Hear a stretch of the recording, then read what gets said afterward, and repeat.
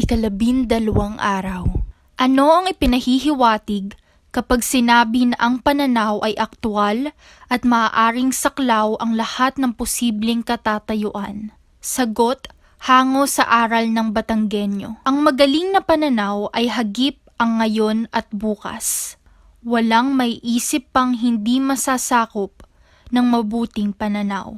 Hamon sa pamilyang Batanggenyo. Ibukas ang mata sa mga pang-araw-araw na kaganapan sa buhay. Salita ng Diyos. Ayon kay Jeremias, 29 na kabanata sa 11 talata. Sapagkat batid kong lubos ang mga plano ko para sa inyo.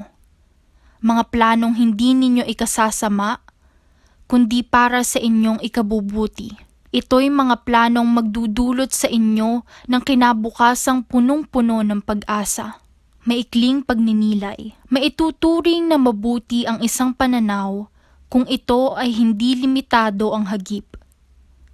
Anumang panahon, anumang pagkakataon, ito ay akma pa rin at napapanahon. Turo ng simbahan. The disciple is ready to put his or her whole life on the line, even to accepting martyrdom in bearing witness to Jesus Christ. Yet the goal is not to make enemies, but to see God's word accepted and its capacity for liberation and renewal revealed.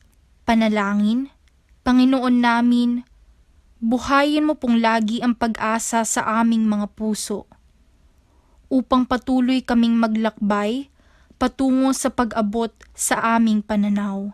Amen.